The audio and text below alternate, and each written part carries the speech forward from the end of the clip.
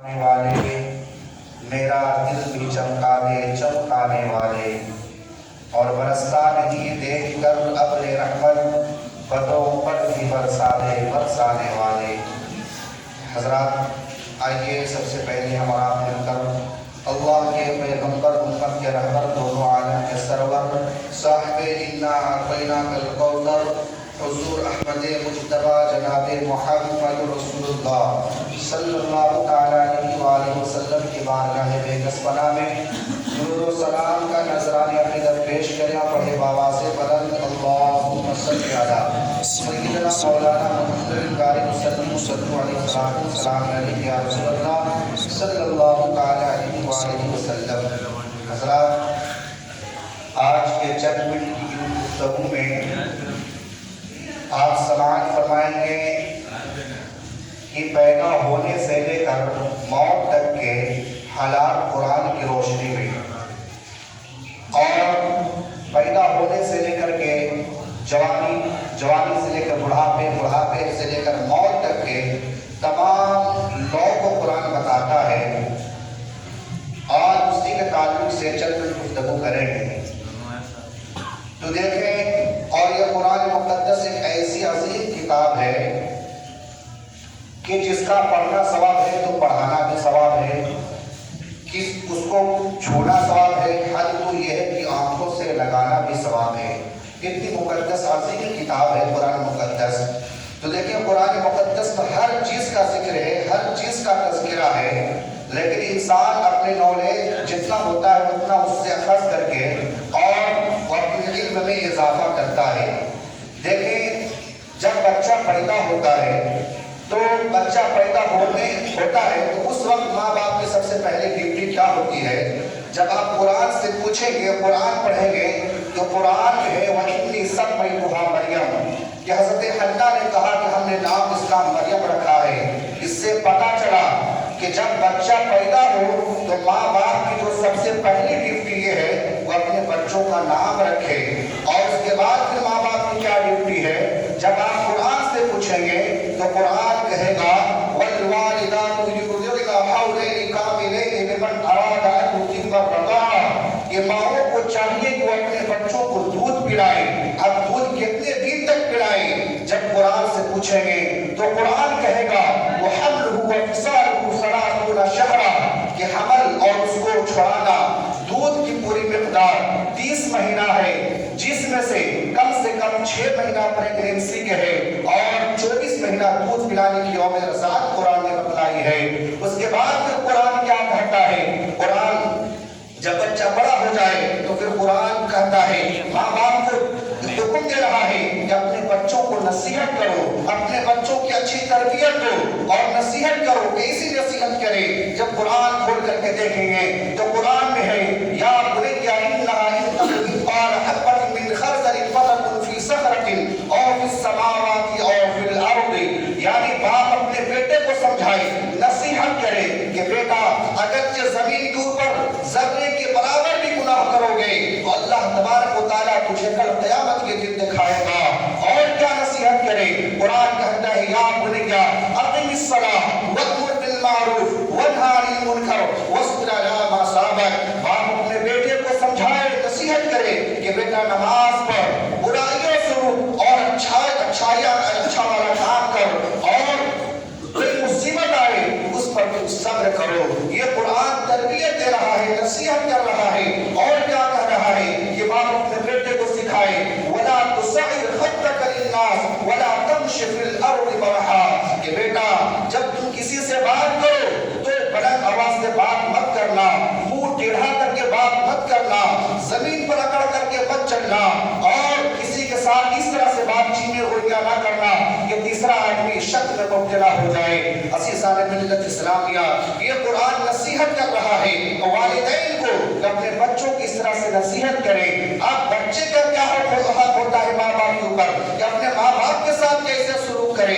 جو قرآن پاک میں ارشاد ہوتا ہے وَقَضَىٰ رَبُّكَ أَلَّا تَعْبُدُوا إِلَّا إِيَّاهُ وَبِالْوَالِدَيْنِ إِحْسَانًا إِمَّا يَبْلُغَنَّ عِندَكَ الْكِبَرَ أَحَدُهُمَا أَوْ كِلَاهُمَا فَلَا تَقُل لَّهُمَا أُفٍّ وَلَا تَنْهَرْهُمَا وَقُل لَّهُمَا قَوْلًا كَرِيمًا۔ قرآن پاک ماں باپ کا رسپیکٹ کرنے کے لیے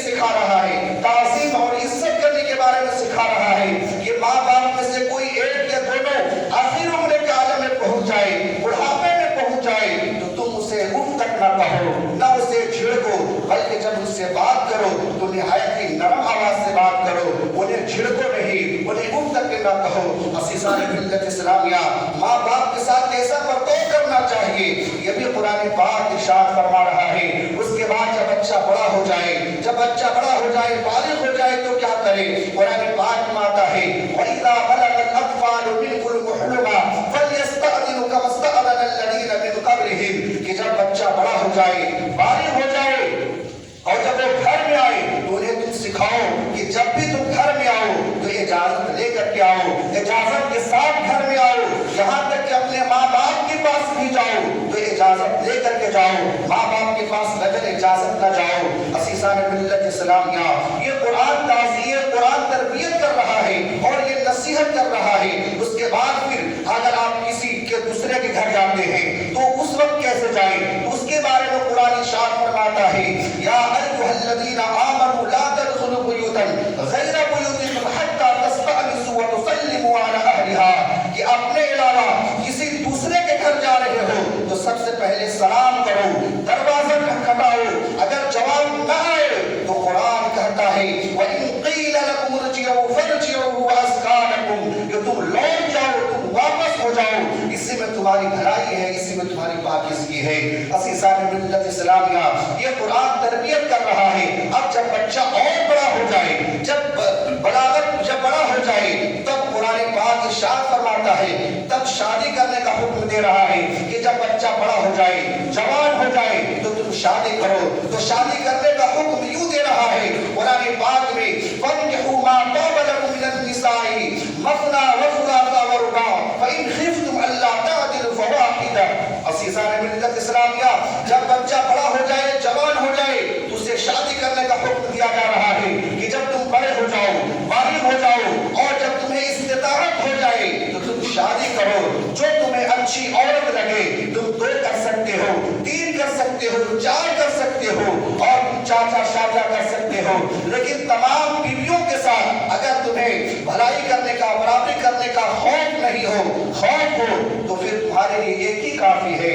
عزیزان ملت اسلامیہ، یہ شادی کرنے کا حکم دے رہا ہے، لیکن جو غریب ہے، جو شادی کرنے کے لائق نہیں ہے، تو اللہ تبارک و تعالیٰ اس کو بھی نہیں چھوڑ رہا ہے، اسے بھی بلکہ ایک اچھا راستہ دیتا ہوا نظر آتا ہے۔ اور شادی کی فضیلت یوں فرماتا ہے ان یکون فقراء یغنیہم اللہ من فضلہ، کہ شادی کرو، شادی کر کے لاؤ، اگر تم غریب ہو تو میں تجھے مالدار کر دوں گا، اگر تم فقیر ہو تو میں تجھے غنی کر دوں گا۔ عزیزان ملت اسلامیہ، یہ شادی کے تعلق سے قرآن پاک ارشاد فرماتا ہے اب اسی طرح سے اب کیا شادی کر کے یوں ہی اسے چھوڑ دے اور دن بھر اللہ اللہ ہی کرتا رہ جائے؟ نہیں، قرآن پاک میں ارشاد فرماتا اللہ تبارک و تعالیٰ وَإِذَا قُضِيَتِ الصَّلَاةُ فَانتَشِرُوا فِي الْأَرْضِ وَابْتَغُوا مِن فَضْلِ اللَّهِ، کہ نماز پڑھو اور نماز پڑھنے کے بعد تم باہر نکلو اور روزی تلاش کرو، اور یہ حلال رزق تلاش کرنا نماز کے بعد سب سے بڑا فرض کام ہے۔ عزیزان ملت اسلامیہ، قرآن کہہ رہا ہے نماز پڑھو، نماز کے بعد میں تم روزی تلاش کرو، اور یہ روزی تلاش کرنا نماز کے بعد سب سے بڑا فرض کام ہے۔ عزیزان ملت اسلامیہ، تو قرآن دنیاوی اعتبار سے بتا رہا ہے کہ تم روزی تلاش کرو، تجارت کرو، بزنس کرو۔ عزیزان ملت اسلامیہ، اب ہم تجارت کیسے کریں، بزنس کیسے کریں، اب اس کے بارے میں قرآن پاک کیا بتا رہا ہے؟ تو دیکھیں قرآن پاک میں آتا ہے یا ایھا الذین آمنوا اذا تداینتم بدین الی اجل مسمى فاکتبوہ۔ عزیزان ملت اسلامیہ، قرآن کہہ رہا ہے کہ تم تجارت کرو، بزنس کرو، کوئی معاملات کرو۔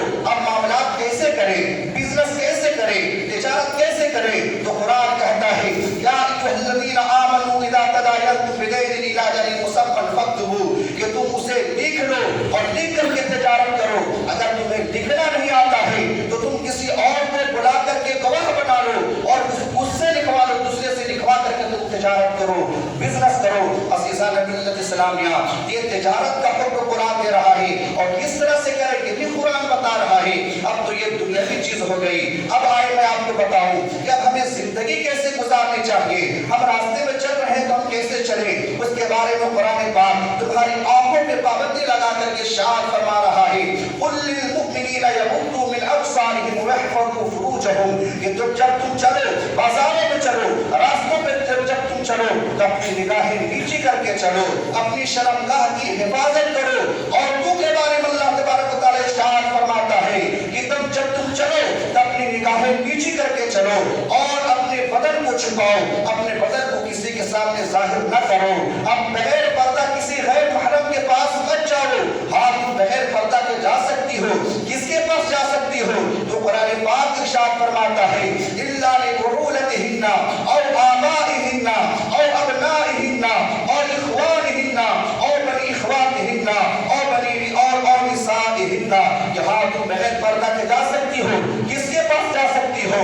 اپنے شوہروں کے پاس جا سکتی ہو، اپنے باپ کے پاس جا سکتی ہو، اپنے بھائیوں کے پاس جا سکتی ہو، اپنے بھتیجوں کے پاس جا سکتی ہو، اپنے بھانجوں کے پاس جا سکتی ہو بغیر پردہ کے۔ اس کے علاوہ کسی کے سامنے بھی جاؤ تو پردے کے ساتھ جاؤ۔ عزیزان ملت اسلامیہ، یہ قرآن بتا رہا ہے۔ اب یہاں سے دیکھیں کہ اب ہم زندگی کیسے گزاریں، اب ہم دنیا کتنا کمائیں اور دنیا کتنا نہ کمائیں، کہیں دنیا سے کتنا محبت کرنا چاہیے، دنیا سے کتنا محبت نہیں کرنا چاہیے، اس کے بارے میں اللہ تبارک و تعالیٰ ارشاد فرماتا ہے کہ دیکھو دنیا اور دنیا سے اتنا ہی کانٹیکٹ رکھو جیسے کشتی سمندر میں گزرتی ہے اور سلامتی کے ساتھ کشتی گزر جاتی ہے، اسی طرح سے ہم اور آپ کشتی میں ہیں۔ اگرچہ کشتی سمندر پار کر رہی ہے اور سمندر کا پانی اگرچہ کشتی میں آ جائے گا تو کیا ہوگا؟ کشتی ڈوب جائے گی، تم ہلاک ہو جاؤ گے، برباد ہو جاؤ گے۔ اسی طرح ہم دنیا میں کشتی میں ہیں اور ہم دنیا میں کھائیں پیے اور رہے، اگرچہ دنیا ہمارے اندر آ گئی تو پھر ہم اس دنیا میں ہلاک ہو جائیں گے، برباد ہو جائیں گے۔ عزیزان ملت اسلامیہ، یہ تو چند باتیں تھی۔ اس کے بعد پھر آدمی بڑا ہوتا ہے، شادی ہو جاتی ہے، اب اس کی عمر ڈھل جاتی ہے، اب انسان بوڑھا ہو جاتا ہے، تو اب بوڑھے کے بارے میں قرآن پاک کیا ارشاد فرماتا ہے؟ تو اللہ تبارک و تعالیٰ اس کے بارے میں اس کے بارے میں فرماتا ہے وَمَن نُعَمِّرْهُ وَنُنَكِّسُهُ فِي الْخَلْقِ أَفَلَا يَعْقِلُونَ، کہ جب کوئی انسان بوڑھا ہو جاتا ہے تو ہم ان کی یادیں لوٹا دیتے ہیں، یعنی ان کو ہم لوٹا دیتے ہیں۔ یعنی آپ دیکھیں کہ جس طرح بوڑھے کو پکڑ کر کے اٹھانا پڑتا ہے، جیسے بچوں کو پکڑ کر کو اٹھانا پڑتا ہے، جس طرح بچے کو کھانا کھلانا پڑتا ہے، اسی طرح سے بوڑھے کو پکڑ کے کھانا کھلانا پڑتا ہے، بوڑھے کو پکڑ کر کے کھانا کھلانا پڑتا ہے، سلانا پڑتا ہے، جس طرح سے بچے کو کھانا کھلانا پڑتا ہے، سلانا پڑتا ہے۔ یعنی جوانی کی بچپنے کی پوری چیز بڑھاپے کے اندر واپس کر دی جاتی ہے، ریٹرن کر دی جاتی ہے، لوٹا دی جاتی ہے۔ عزیزان ملت اسلامیہ، اب یہاں سے لے کر کے بچہ پیدا ہونے سے لے کر کے جوانی تک کے بڑھاپے تک کے قرآن نے تذکرہ کر دیا۔ اب موت آ گئی، اب موت کے وقت بھی قرآن تمہارا تذکرہ نہیں چھوڑتا ہے، وہاں بھی تمہاری رہنمائی کرتا ہوا نظر آتا ہے۔ اور قرآن پاک میں ارشاد ہوتا ہے کہ دیکھیں جب موت آتی ہے تو جب تم فرشتوں کو دیکھو گے تو فرشتے تمہارے پیشانی پر مارتے ہیں، تمہارے پیٹھ پر مار کر کے تمہاری روح کو نکال لیتا ہے۔ لیکن کس کے ساتھ ہوتا ہے؟ یہ کفار کے ساتھ ہوتا ہے، یہ مشرکین کے ساتھ ہوتا ہے۔ لیکن اچھے لوگوں کی روح کیسے قبض کی جاتی ہے، موت کیسے آتی ہے؟ تو اللہ تبارک و تعالیٰ قرآن پاک میں ارشاد فرماتا ہے یا ایتھا النفس المطمئنہ ارجعی الی ربک راضیۃ مرضیہ فادخلی فی عبادی وادخلی جنتی۔ قرآن کہتا ہے اے پاکیزہ جان کے مالک آ جا، میں تجھ سے راضی ہوں، تو بھی مجھ سے راضی ہے، آ جا میرے بندوں میں شامل ہو جا، جنت میں داخل ہو جا۔ عزیزان ملت اسلامیہ، یہ موت تک کے تذکرہ ہو گیا۔ اب قبر میں انسان کو لٹا دیا جاتا ہے، دفن کر دیا جاتا ہے، اس وقت بھی قرآن تمہارا تذکرہ نہیں چھوڑتا ہے، اس وقت بھی قرآن تمہارا پیچھا نہیں چھوڑتا ہے۔ قرآن پاک میں ارشاد اللہ تبارک تعالیٰ ارشاد فرماتا ہے الہاکم التکاثر حتی زرتم المقابر، کہ اے لوگو دنیا کہیں تمہیں غافل نہ کر دے، تم جاؤ قبروں کے پاس جاؤ، تم قبرستان جایا کرو، تم قبروں پہ جایا کرو اور وہاں جا کر کے دیکھا کرو اور اس سے نصیحت حاصل کیا کرو کہ آج یہ قبر میں بہت بڑی طاقت کے باوجود بھی، بہت بڑی طاقت رکھنے کے باوجود بھی آج وہ بے بس لیٹا ہوا ہے، بے حس لیٹا ہوا ہے۔ اس لیے اے لوگو تم قبروں پہ جایا کرو اور وہاں جا کر کے تم دیکھا کرو کہ آج کتنی شاندار دنیا میں رہنے کے باوجود بھی آج وہ بے بس لیٹا ہوا ہے۔ عزیزان ملت اسلامیہ، یہ قرآن دفن تک کے موت پیدا ہونے سے لے کر کے موت تک کے قرآن نے تذکرہ کر دیا۔ اور اگر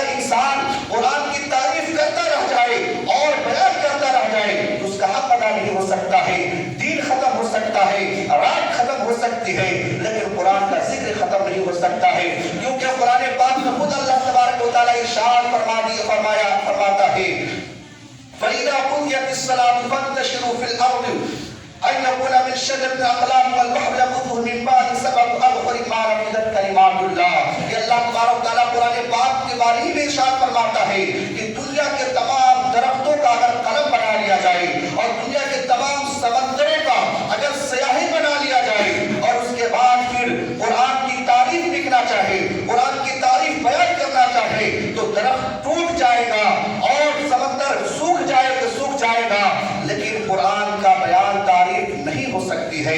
عزیزان ملت اسلامیہ، یہ قرآن تمام چیزوں کا تذکرہ کر رہا ہے۔ بس 2 منٹ دیکھیں کہ اب دیکھیں یہ ساری چیزیں تو ہو گیا، اب کیا نبی کریم صلی اللہ علیہ وسلم کے بارے میں بھی قرآن پاک میں کچھ ارشاد ہوا ہے؟ اگر آپ پوچھیں گے تو دیکھیں قرآن پاک نے بھی نبی کریم صلی اللہ علیہ وسلم کی صفت کا کس طرح سے تذکرہ فرمایا ہے۔ اگر آپ کہیں گے کسی نے حضرت عامہ عائشہ صدیقہ رضی اللہ تعالیٰ سے پوچھا کہ حضور سرور کائنات صلی اللہ علیہ وسلم کا حلیہ مبارک کیسا تھا، تو حضرت عائشہ صدیقہ فرماتی ہے قرآن کہ جاؤ تم قرآن پڑھو۔ نبی کریم صلی اللہ علیہ وسلم کا پورا